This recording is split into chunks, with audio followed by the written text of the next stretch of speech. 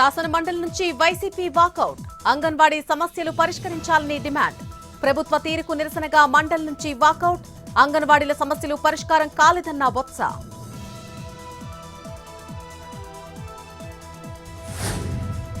YCP నేతలు ఇష్టమొచ్చినట్టు తిట్టి కులాల వెనుక దాక్కుంటున్నారు.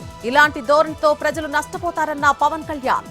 మనం చేసింది చెప్పుకోలేకపోతున్నామని కీలక వ్యాఖ్యలు.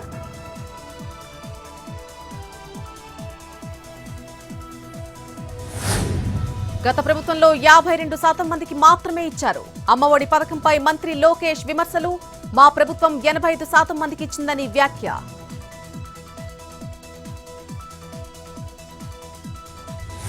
సైక్లోన్ షెల్టర్లపై ఏపీ శాసన మండలిలో చర్చ. గత ప్రభుత్వ హయాంలో డిజాస్టర్ మేనేజ్మెంట్ వ్యవస్థ నిర్వీర్యమైపోయిందని అనిత విమర్శలు.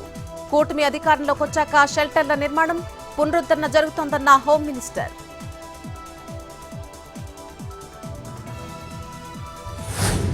మెదక్ జిల్లాలో మంత్రి వివేక్ పర్యటన. ప్రజాపాలన ప్రగతి ప్రణాళిక ప్రోగ్రాంలో పాల్గొన్న మినిస్టర్. కలెక్టరేట్లో జరిగిన కార్యాచరణ సమావేశానికి హాజరు.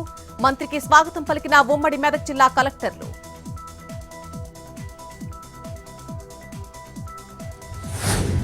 రేవంత్ సర్కార్పై హరీష్ రావు ఫైర్. ఒకవైపు రాష్ట్రంలో ఖాళీ ఖజానా అంటూ దుష్ప్రచారం, మరొకవైపు పక్క రాష్ట్రంలో డబ్బా ప్రచారం అంటూ ఆగ్రహం.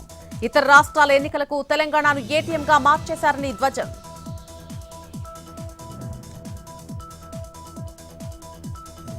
దివ్యల మాధురి, తనూజలపై చర్యలు తీసుకోవాలని పోలీసులకు టీటీడీ ఫిర్యాదు. తిరుమలలో బర్త్డే వేడుకలు చేసుకోవడం పూర్తిగా నిషేధమన్న టీటీడీ అధికారులు. వీరిపై చర్యలకు ఇప్పటికే విజిలెన్స్ కు ఫిర్యాదు అందిందని వెల్లడి.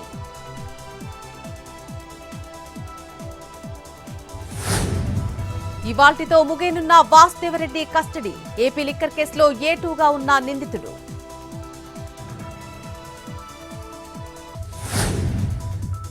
నేటి నుంచి 3 రోజుల పాటు ఇంద్రకీలాద్రిపై మహా కుంభాభిషేక మహోత్సవాలు.